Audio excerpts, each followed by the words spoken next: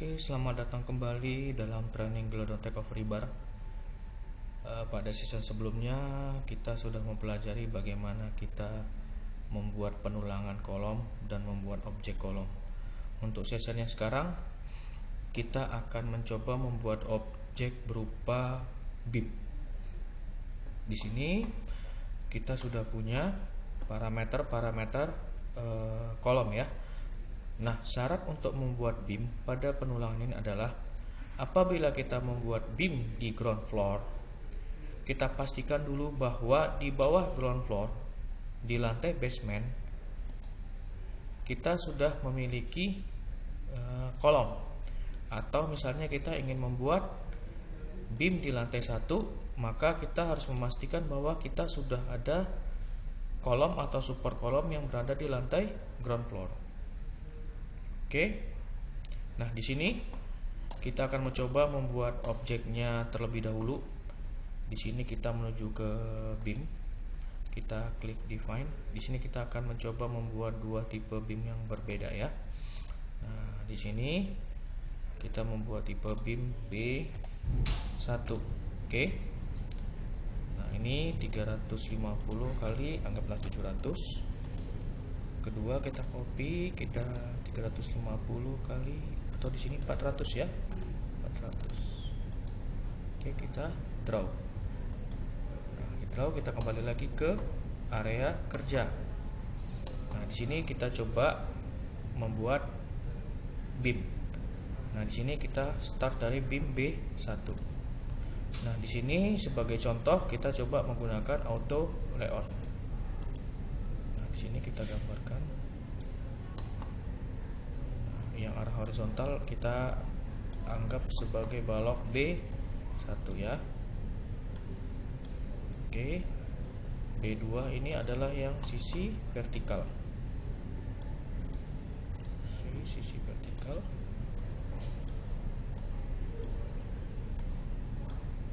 Oke. Kita sudah membuat beam. Nah, kita bisa memunculkan identitas si beamnya ya. Kita tekan Shift B. Nah, di sini B1. Yang vertikalnya B2.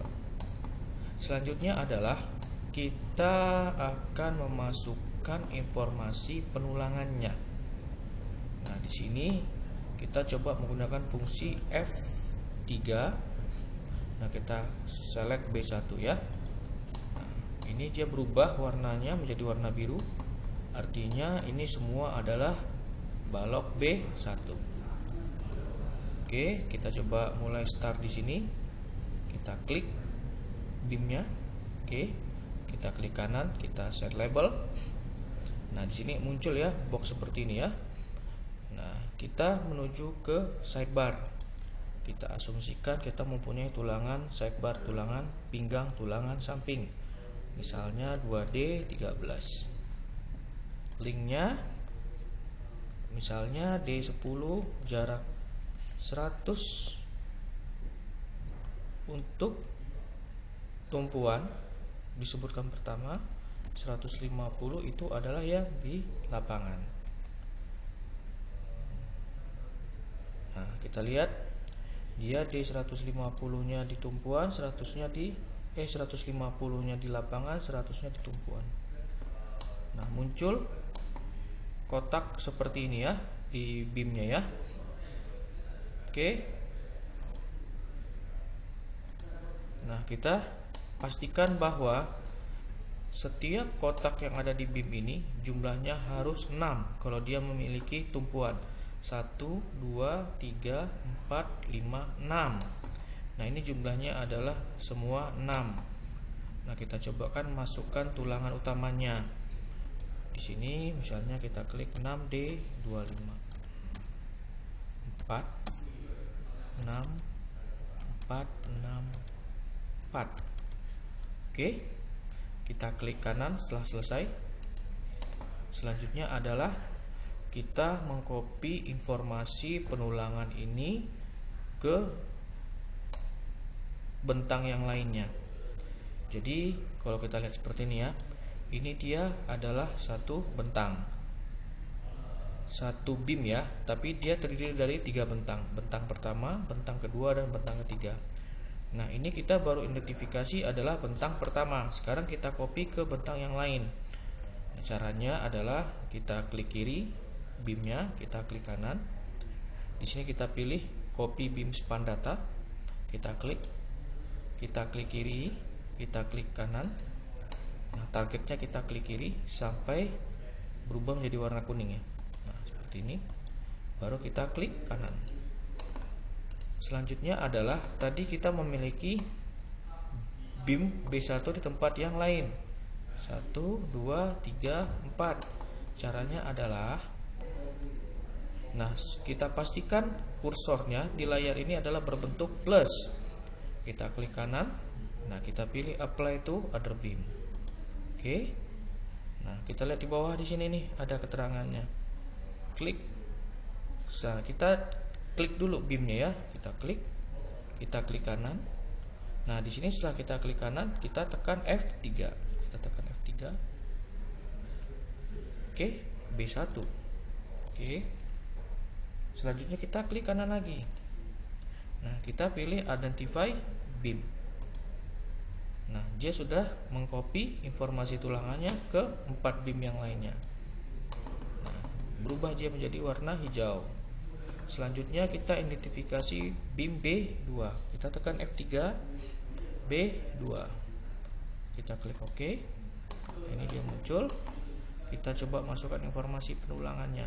Di sini kita klik kanan, set label, langkahnya sama seperti beam B1. Kita masukkan tulangan peminggang 4D13. Oke. Nah, linknya adalah D10, jarak 100 untuk tumpuan, 150 untuk lapangan. Nah, kalau seandainya kita memiliki sengkang seperti 1,5 D atau 2D 1,5 ya. Nah, di sini kita tambahkan, oke, dalam kurung 1,5 yang ada di standar penulangan, di sini kita kalikan 2, jadi namanya adalah 3. Oke. Nah, di sini adalah 3. Oke. Nah, kita masukkan ini, jumlahnya harus 6. Ingat harus 6 ya. 1 2 3 4 5 6. Kita masukkan dulu ya di sini. Startnya adalah dari top left support. Misalnya kita masukin 7D25. Di sini 4, di sini 7 3 6 3. Oke, kita klik kanan.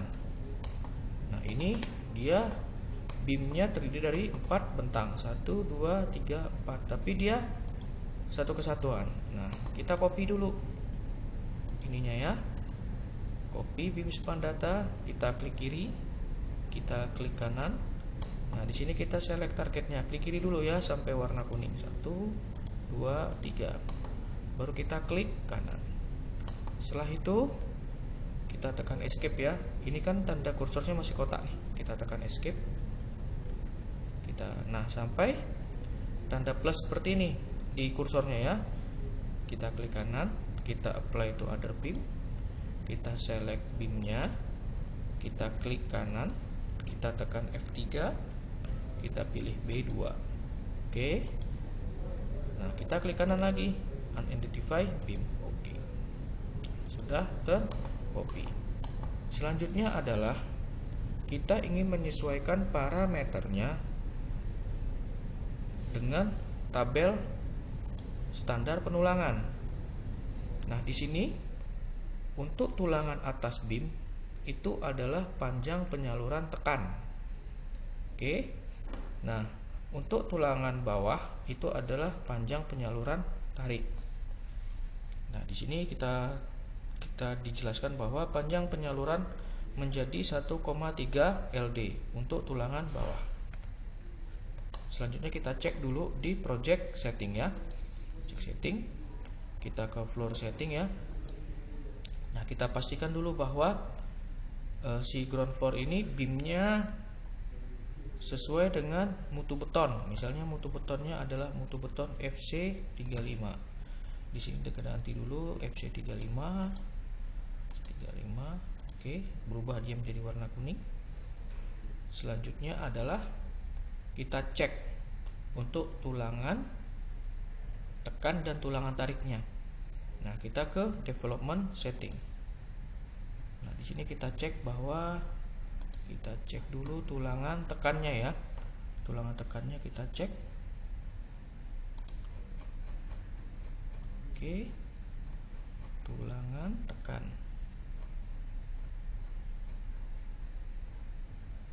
Nah, di sini kita cek di sini diameter 25 di sini ya. Nah, pilihannya adalah compression lap length. Untuk tulangan atas ya. Di sini 710 FC35 diameter 25. Kita cek di sini 25 FC35 dia 430. Kita ganti menjadi 430. Oke. Selanjutnya untuk tulangan bawah, tulangan tarik. Nah, kita cek di sini. Nah, ini dia FC35. Oke, kita lihat diameter 25-nya di sini. Kita cek di sini. Di sini FC35 diameter 25 1000 panjangnya, tapi dia kita kalikan 1,3 menjadi 1300. Kita kata 1300. Oke, nah di sini kita bisa ekspor untuk kita save. Atau misalkan kita tidak kita save, kita okekan saja ya. Nanti kalau seandainya kita save, kita ekspor, apabila untuk project kedepannya parameternya sama seperti ini, kita hanya tinggal import. Nah, kita ketik OK.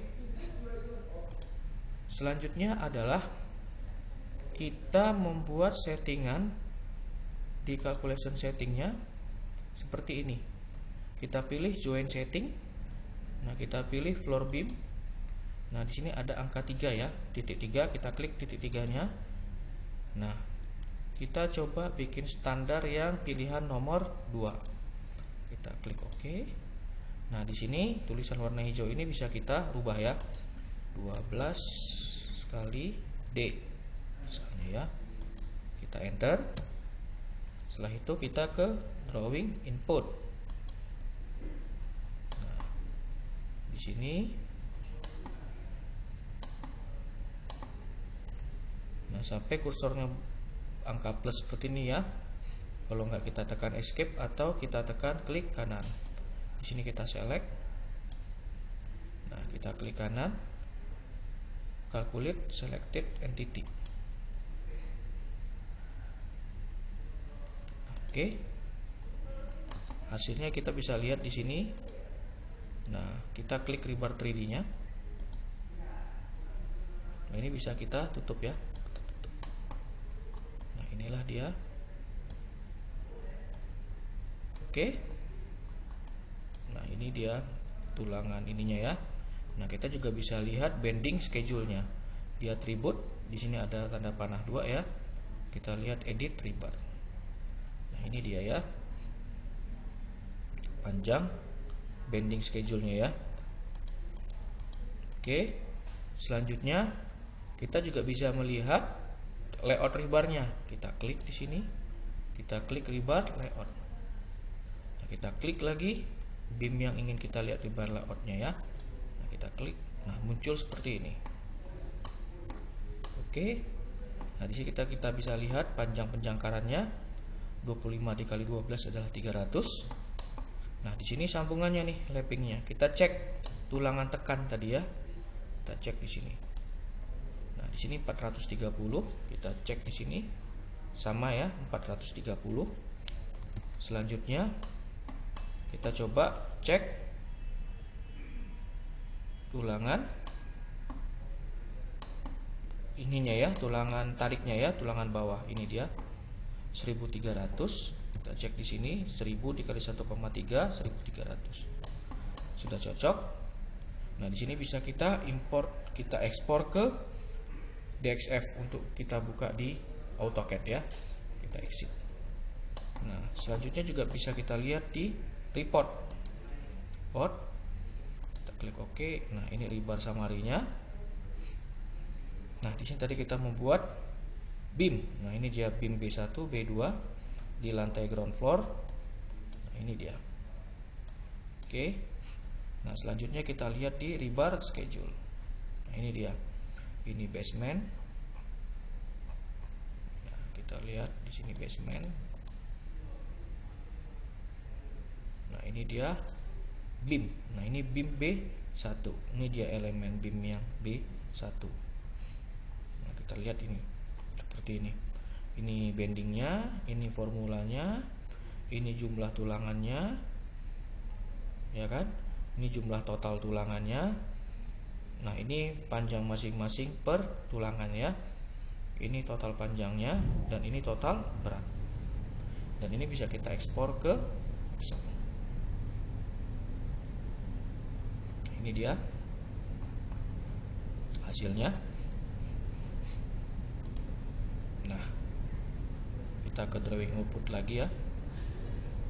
Nah, begitulah kita mencoba mengidentifikasi pekerjaan BIM.